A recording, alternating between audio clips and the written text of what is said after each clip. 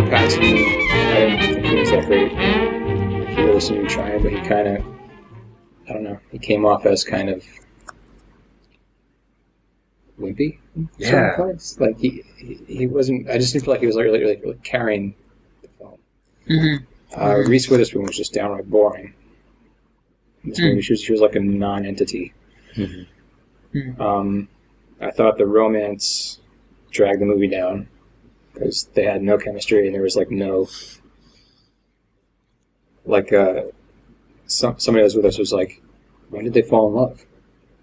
When did this happen? Because you can't tell. You know. What else can I say?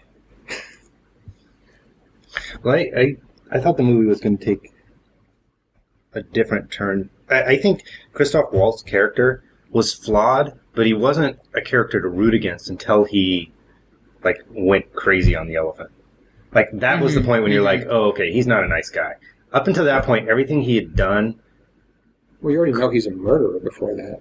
But everything he's done up to that point, like he's very flawed. But he's like there's for murderers before. Well, he's everything he's done is to try to save this circus, keep these people working.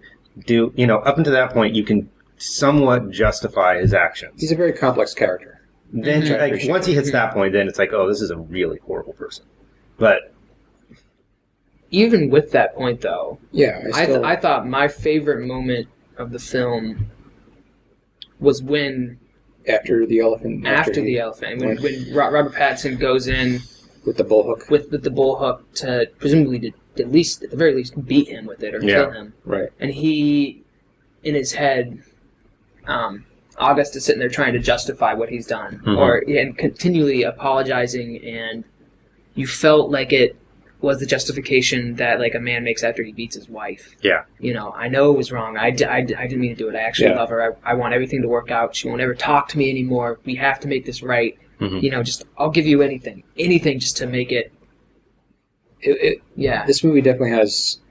There are scenes that are really good, and that was a really good scene. Even Robert Pattinson, I thought was good in that scene. Was very good in that scene. Yeah. I like this movie up to a point. I won't. I think that there's some parts in it that I really like, and there's some flaws in it that kind of hold it back. I think the fact that Robert Pattinson's Jacob and Marlena, their romance could add to it, but it felt like they were trying to force it too much. They were trying to make it too romantic. Because I thought one of the if they'd had two leads that could pull it off, then it might. It didn't. I mean, I think that they were trying to play off of Robert Pattinson's typecasting. Yeah, that's probably true. Just foolish to do. Because this character, you're right, he should have had more charisma. I don't think we've really seen it. It's hard to break out, especially people that are in iconic genre roles have a hard time, like Sean Connery. Yeah.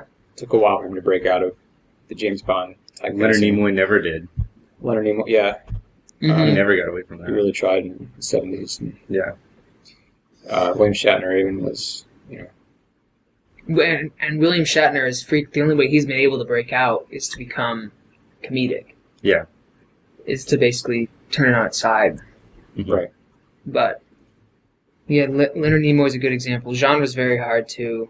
That's what the Harry Potter kids, not kids anymore, but that's going to be probably their biggest hurdle. Yeah. Daniel Radcliffe they're all great actors. When you're a franchise... When you're the iconic role in a franchise, then Mark Hamill never was able to get away from Star Wars. He became the Joker. Well, as a voice actor, but most people don't know that. Right? Yeah. Now, anytime I hear him in voice acting, I immediately typecast him as the Joker. So, how does somebody then like Harrison Ford not get typecast? Because he's awesome.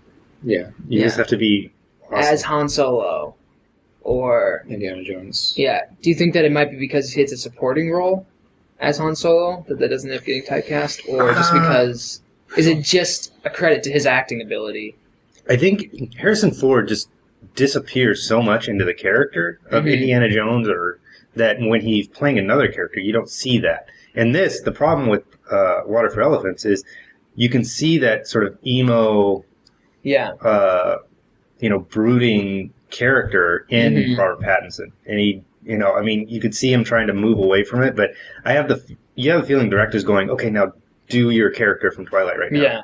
People want to see this. Yeah. So Han Solo, Harrison Ford was immediately charismatic as Han Solo. Yeah. In the first Star Wars. Yeah. That's true. Like, he stole the show because he was this guy that came out of nowhere, and he was like, acting-wise as Star Wars, you got Harrison Ford, you got Alec Guinness, right? They're the only ones that could take this awful dialogue and actually make it sound good. Yeah. I thought Chewbacca was pretty good. Yes, Chewbacca did his lines very well. Oh. That was impressive, Chewbacca. Thank you. You need to... Poor guy's been typecast. From down here, from the diaphragm. Yeah. Maybe he ever shaved. Peter Mayhew never went anywhere. Yeah. Steve. What if Ralph Oh, God. Just shoot him up? Wait, which one of us doesn't like shoot 'em up? I don't like shoot 'em up. Oh. That was stupid. Shoot 'em up is such watched Shoot 'em guilty up, fun. and I was so giddy that entire movie. Yeah. I was just like, this is utterly over the top and ridiculous, and I was and it knows that it's utterly I was sitting by myself watching this movie on DVD. I was sitting by myself, and I was just laughing. Mm-hmm. So, but the thing is though, that those two characters, Clive Owen and Monica Bellucci's characters, were way more interesting and complex than they had any right to be in this movie. Yeah. And their relationship was so good. Like that scene where she reveals to him that she had a child that had died. Yeah. And his reaction to that, and how he realizes how awful he's been to her. Mm-hmm. That scene, I was like, how is this scene so emotionally good? You know, in this ridiculous action movie. Yeah. And the action is just... Yeah. And it never... What I love about this is it never stops. And just for like a few moments, it'll stop and just build... And they'll use those moments good to build some character. And give you these little snippets of these people. Just enough so that you care when that they continue shooting. The body count is ridiculous. And this is another one with a notorious sex scene. Yes. Yes. I didn't know it. Yeah, it was too over the top. There's an action sex scene while he's having sex. And she's totally oblivious to it because she's enjoying it so much. Yeah. It's an amazing sex scene. It might be one of my favorite sex scenes. Because I basically feel like these guys got together and they're like, how can we make the awesomest movie of all time? What if we had a sex scene with gunfight? What do you think? That's ridiculous. Let's do it. What if he kills a guy with a carrot? Yes, twice. I love how he just takes out a guy in a nice car because he didn't use his turn signal. I listened This is just the director taking out his frustration on everything in the world. Like, All right, we're obviously going to shoot him up. Oh yeah. I did not like shoot 'em up. It was too over the top for me. It just, I don't know. The entire movie, I was just like, I just couldn't get into it. See, this is I don't get this because you guys like Sucker Punch so much. Yeah, and that was over the top.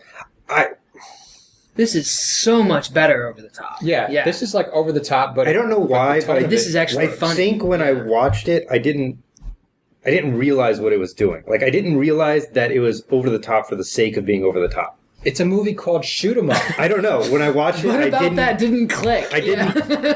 I don't know. I just didn't get that when I watched it, and so I didn't. I was just like, "This is absurd."